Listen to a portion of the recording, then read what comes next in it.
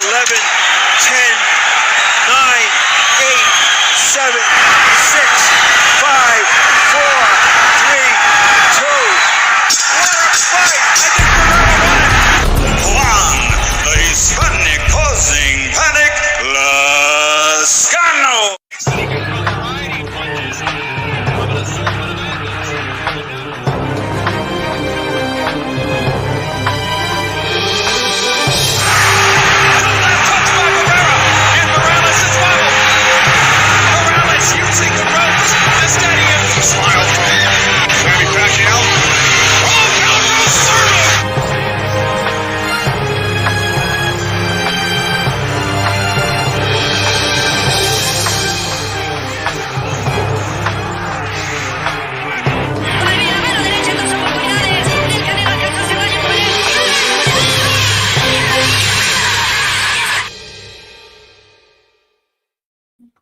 Thanks for those joining me live and those will be joining me on the archive. DStyle here. Hit the like button. You're listening to archive. Hit and share this video on all your social media platforms. Hit that bell button that we're notified when DStyleBoxing comes on live. Man, so much to talk about. But we're going to talk about this one thing here. Anthony Sanchez, how's it going? Jesus M.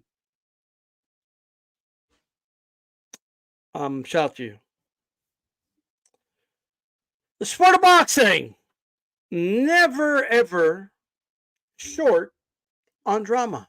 You know what I mean? Never short on letting people down, never short on not delivering, never short on any of that. So I know you guys have probably more than likely already have an idea what's going on with the Boots Ennis, Brian Norman Jr. situation, okay? Look, I like both guys. I think they're both good fighters, and I would love to see that fight. I think it'll be a great unification. I knew I actually picked Norman to beat Santillan. I thought he could pull that upset. He was like a 4-1 underdog, and I really liked those odds, and I thought he was going to win. And so I know Brian Norman Jr. is a beast, and I want to see more of him. And I'm glad he became world champion. I'm glad he is now in the mix. And I was excited about the prospects of him maybe fighting Teofimo Lopez and then hearing the rumors that Matchroom is offering him to fight Boots. And I was excited for that. But the sport of boxing shows us once again, you can't get excited for things. You can't get your hopes up for anything. You have to be careful about your emotions, regulate them. Don't get excited about anything until the bell rings, I guess. So the story goes, and I'm kind of torn on it a little bit, but I'll kind of give my thoughts here. Eddie Hearn states, and no one's really, ignoring the fact that Eddie Hearn made these offers. He said he made, some offers. And they offered Brian Norman Jr. over $1 million, right, to do the fight with Boots Ennis. And they didn't take it.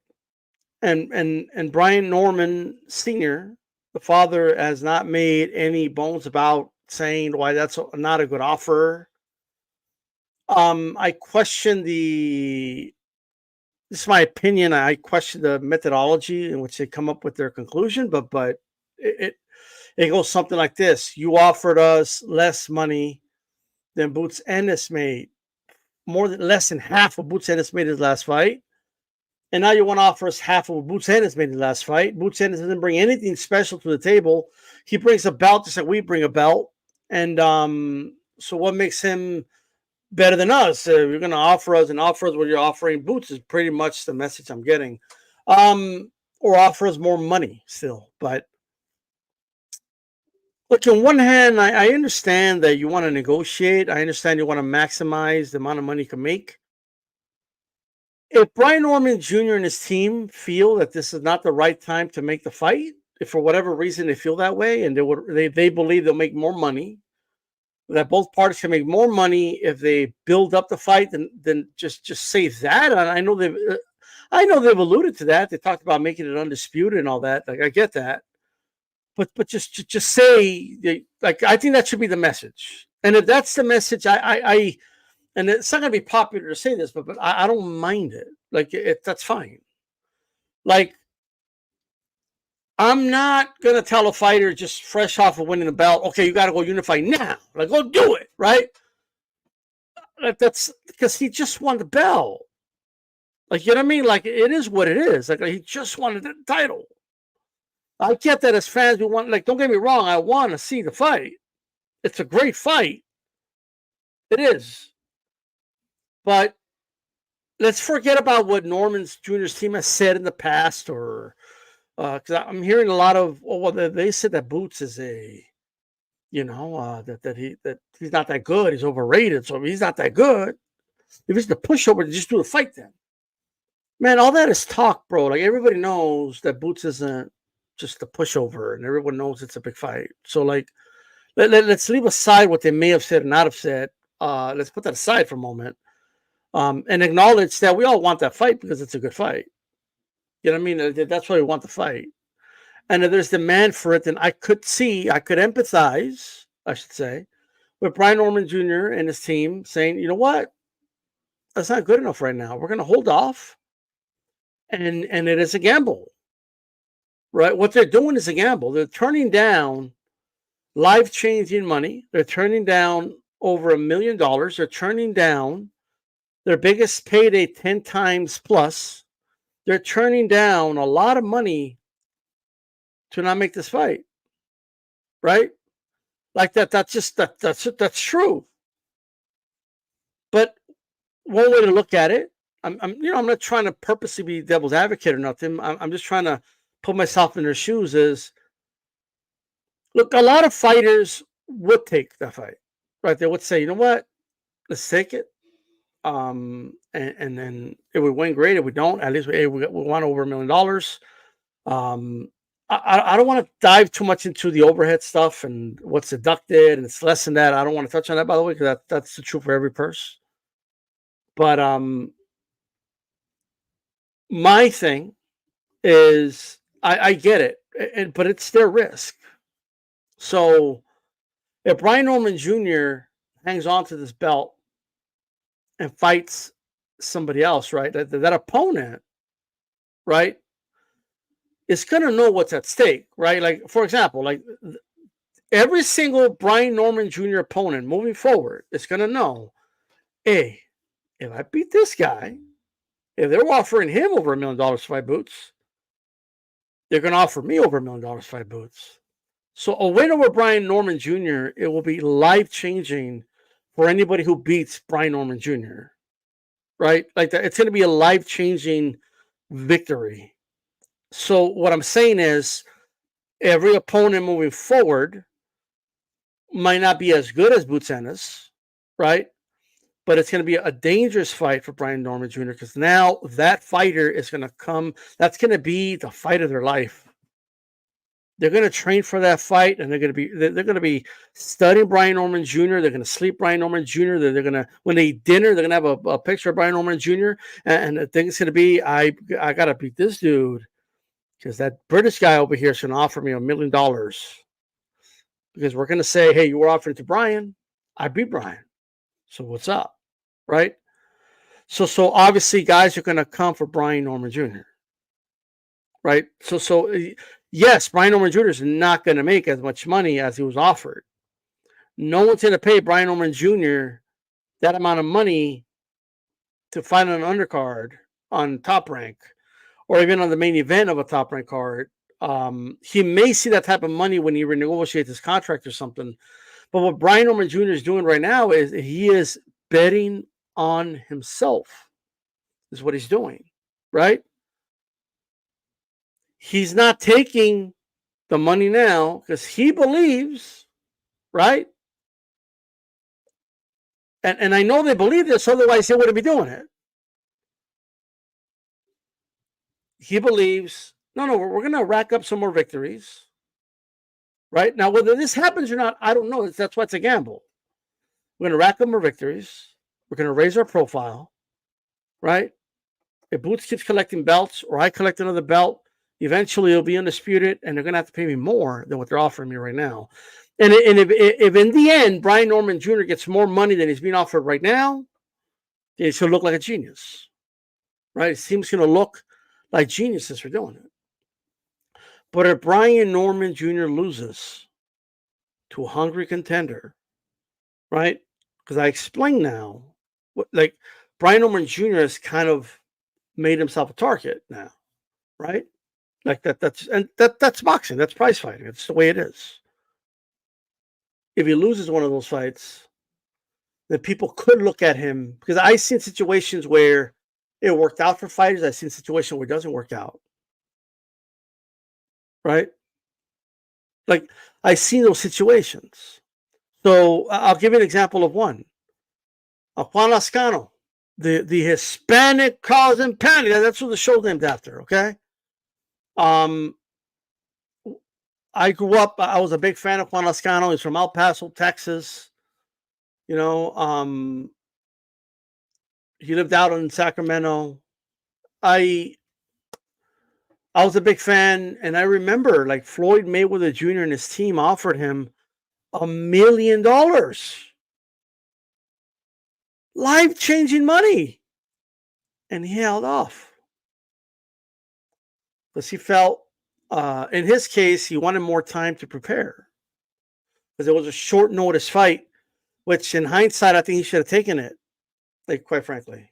But like, it is what it is. But he gambled on himself. He fought for, I think it was like under 200,000 against Jose Luis Castillo. And Jose Luis Castillo put a beating on him.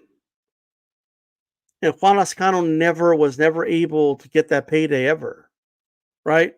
So it didn't work out for him. He bet on himself. It didn't work out. But I can't be mad at him for it. It was his gamble. Like that's what he wanted to do. Right? You gotta at least respect that. Even though you may think it was a wrong move or whatever it is. But you have to understand it's a possibility this may not work out. But there's one thing I don't feel for Juan Lazcano.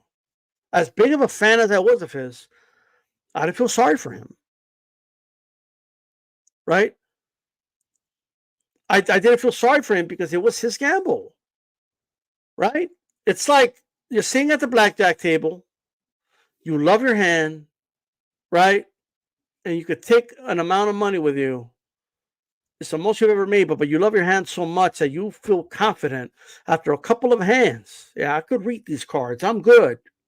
And I'm going to make more money. Well, if that person keeps gambling and then it doesn't work out for them, I don't feel sorry for them. So what I'm telling you guys right now, that if this doesn't work out for Brian Norman Jr., it's nothing personal. I've already said I love Brian Norman Jr. Not the Calix, by the way.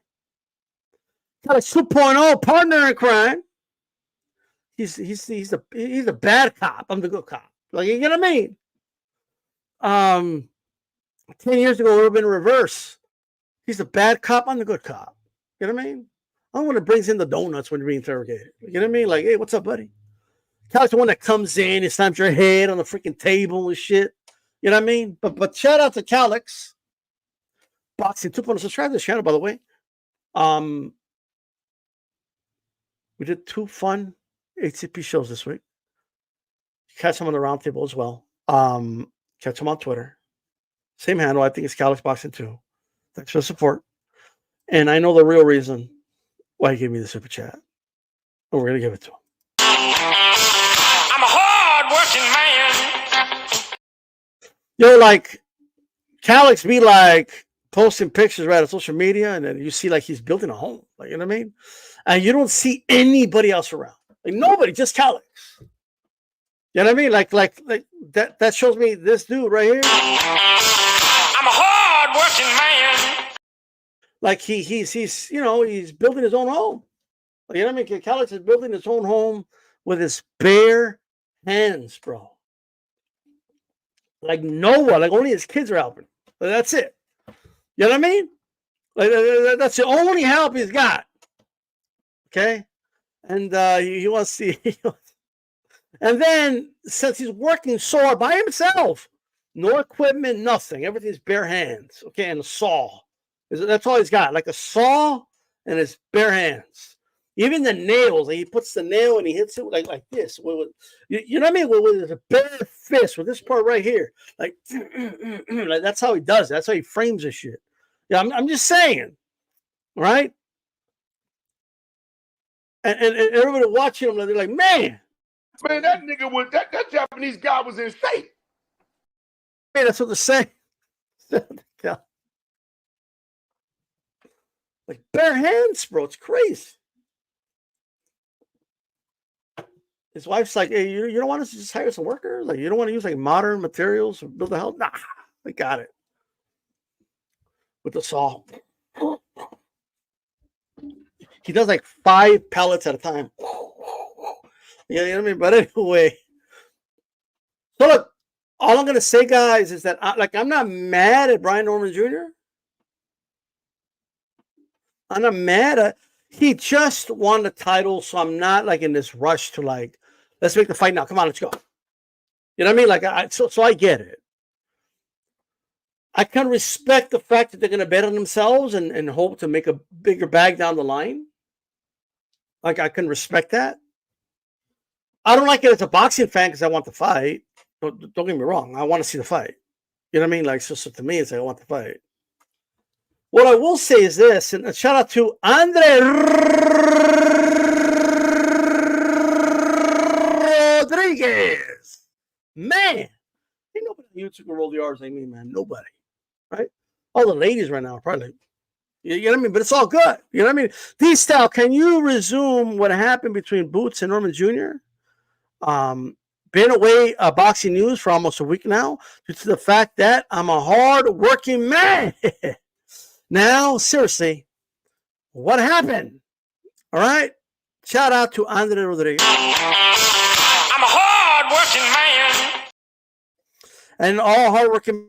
Man, that nigga was that Japanese guy was in shape. You know what I mean? I heard he's in shape too. That's what I heard. You know what I mean? That's all I'm saying. And then that's that. By the way, I want to play this just for the fuck of it. Like, no particular saying reason. it's all Crawford's fault, basically. That's what I said. It's not Spencer's fault. Oh man, look, how can I say this?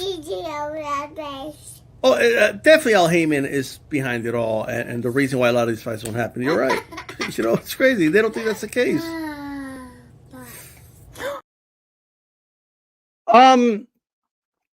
Shout out to everybody. Hey, by the way, Carmen. I don't know who. It's not my birthday.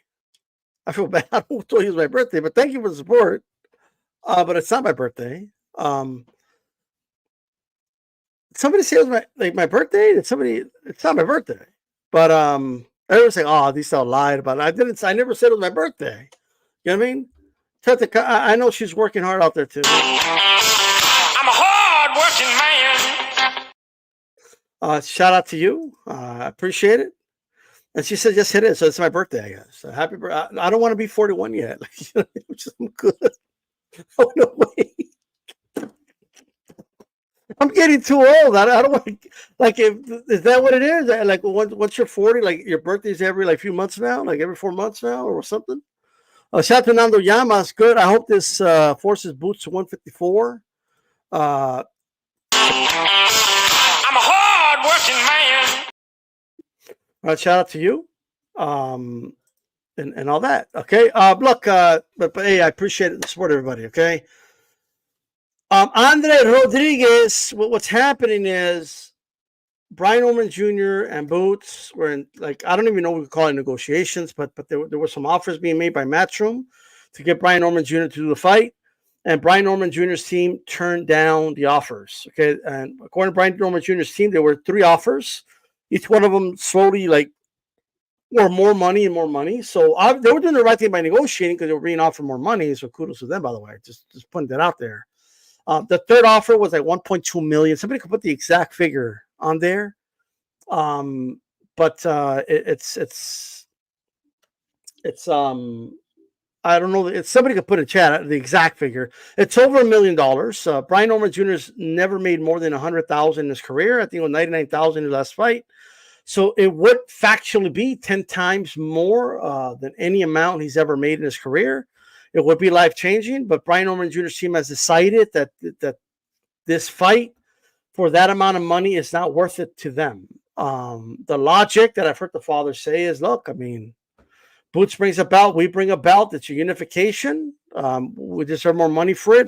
Boots doesn't bring anything else to the table more than Brian Norman Jr. does. That's pretty much the rundown. But here is my issue. Like, I could respect how they feel that way and all that, but at the end of the day, it doesn't work that way. That's not what determines what you get paid. Having a belt is leverage, and you have something they want, and we've seen it get guys paid. Like Caleb Plant's the best example. Caleb Plant had something Canelo wanted. Caleb Plant had the IBF belt, right? Caleb Plant held down to that belt while Canelo unified all the other belts. He never even fought like Benavidez. Those two never unified. He hung on to it, and in the end, it was a gamble that worked for Caleb Plant, right? Not that Caleb Plant really gambled against a great opposition or nothing before that, but nonetheless, holding on to it worked out for Caleb Plant. This is not to a degree of what a Boots fight would be, but he got the Canelo fight for undisputed, and he got $10 million. Whether he got upset on pay-per-view or not, I don't know, but that was life-changing money for Caleb Plant, right? That was about 10 times the amount that Caleb Plant had ever made. So we've seen it work out. Like, we've seen it be a thing that worked out for people. You know what I mean? But I give you an example of Juan Lazcano. It doesn't always work out. Juan Lazcano turned down $1 million payday to fight Floyd Mayweather Jr. While I understand the reason he turned it down, I disagree with the fact that he did it. And in hindsight, I'm correct, because he ended up fighting Jose Luis Castillo for 10 times less that amount, and Jose Luis Castillo beat the living hell out of him. Like, I mean,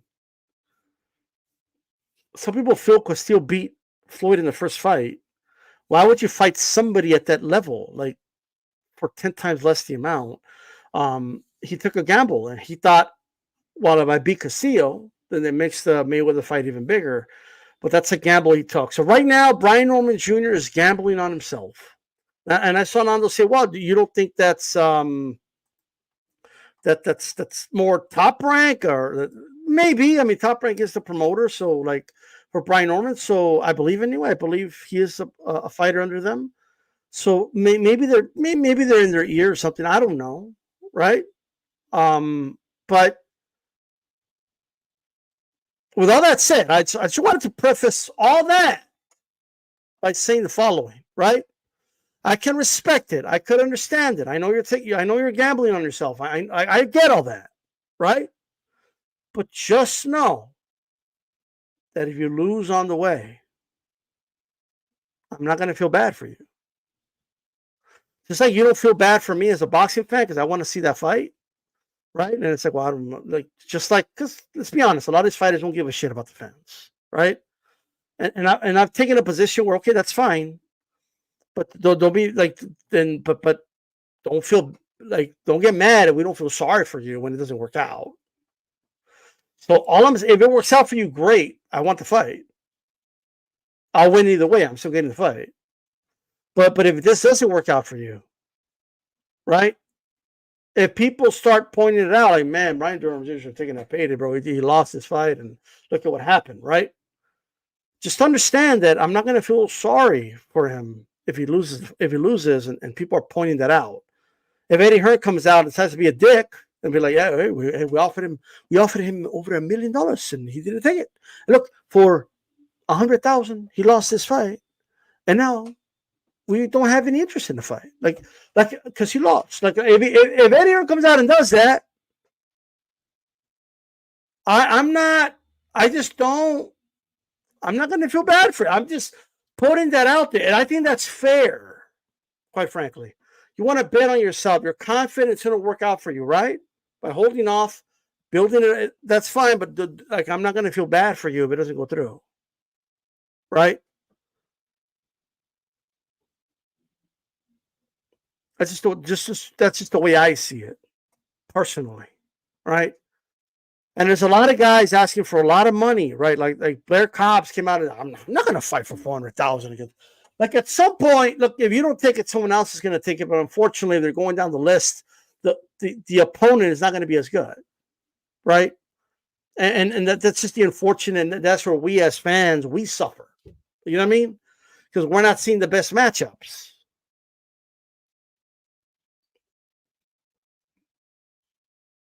You know what I mean? So if we're not getting the best matchups, that we're losing as fans, quite frankly. And people could put on their hat, oh, if I was an advisor, if I was a manager, Brian Norman, I would have told him to do it. Look, I don't know. You have to actually be in those shoes and know what's going on to really know. But I will say this, that in my opinion, this is my opinion, right? I think they should have taken the fight. Because you take that fight, I think Brian Norman Jr. gives Boots all types of problems. I'm not even ready to tell you guys who I think would win. And I get it. A lot of people are saying, oh, Boots beats him, Boots beats him. Okay. I mean, I get why you feel that way, but I don't think it's an easy fight for Boots. But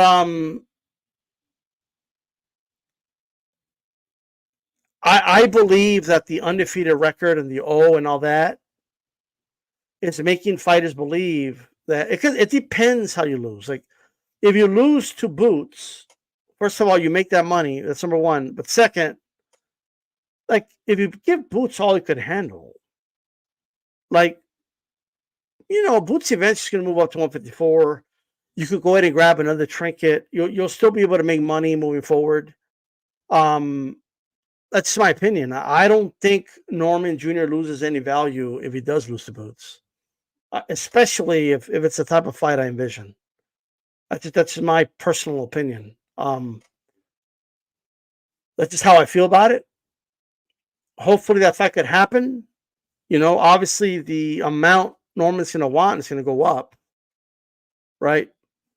It's going to go up, the amount Norman wants. But like, if Norman wants equal amount of money that Boots is getting, right, then there needs to be some type of value you're showing. So you can't demand what Boots is making if you're going to go back to making 100,000, even if you have a belt. Like you just can't. You can't demand that amount of money. You have to show. You got to go and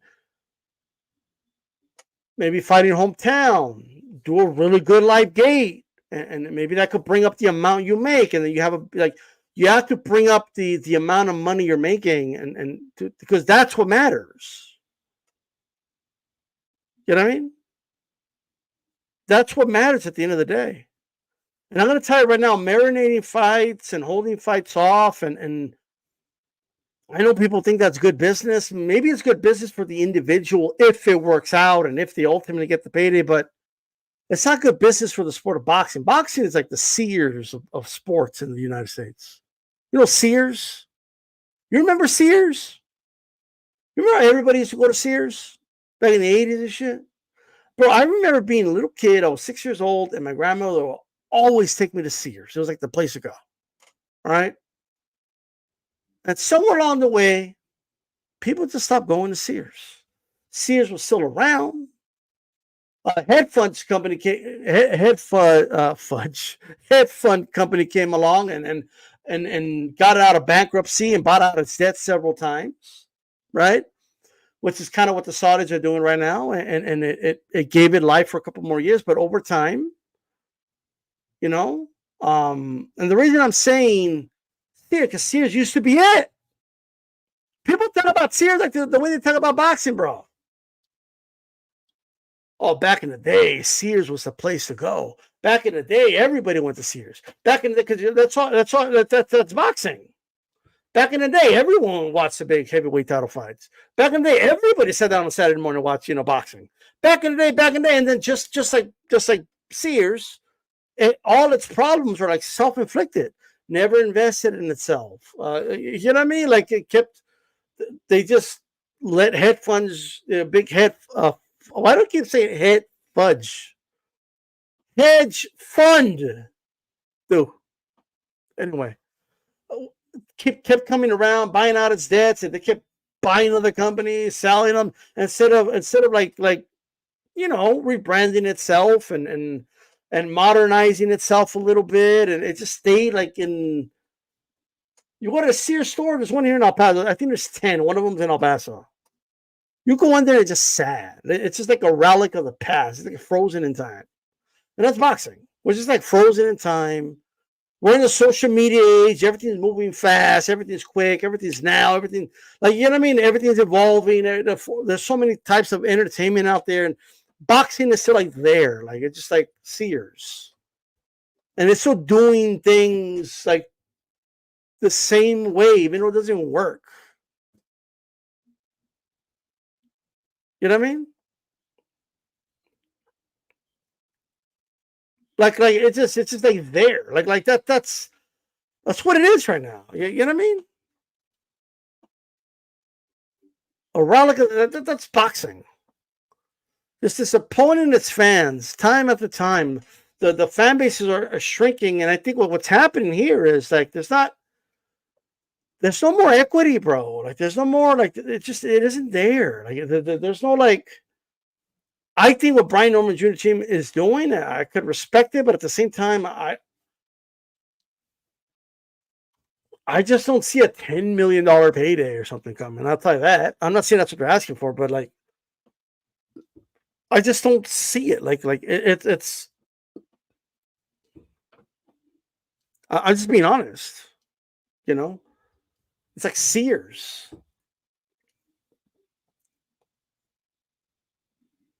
Like, I bet you a lot of you were like, Sears, I remember Sears. Like, that's probably the reaction you just had. That's how people talk about boxing at work and shit. Hey, watch the fight, boxing. Oh yeah, man. I remember all those great fights I used to watch, but I don't watch it anymore. You know, like it is what it is, bro. That's where we are. At one point in time, Sears like knew the business. They had the catalog. They were the #1 retailer in the U.S. You know what I mean? But what did it do? It never adapted. It never changed. And when they were losing money, all they did was have a hedge fund, build them out, I guess, buy out their debt, and they just continued business as usual, right? They never adopted, they never changed, they never modernized, and that's where boxing is right now. Just there. So, I'm just saying, bro. Fucking Sears, like Kmart and shit. You know, but look, I appreciate everybody that tuned in.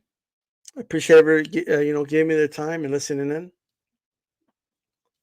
Brian Norman Jr. has been on himself.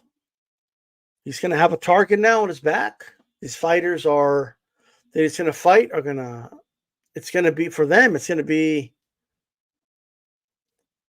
the fight of their life. You know what I mean? It's going to be like their mega fight. You know what I mean? And so beating Brian Norman Jr. is going to bring a lot of opportunities for them. You know what I mean? So it is what it is, guys. I appreciate everybody tuning in, by the way. This is DStyleBoxing. Keep it boxing. I'm out. Peace. 11, 10, 9, 8, 7, 6,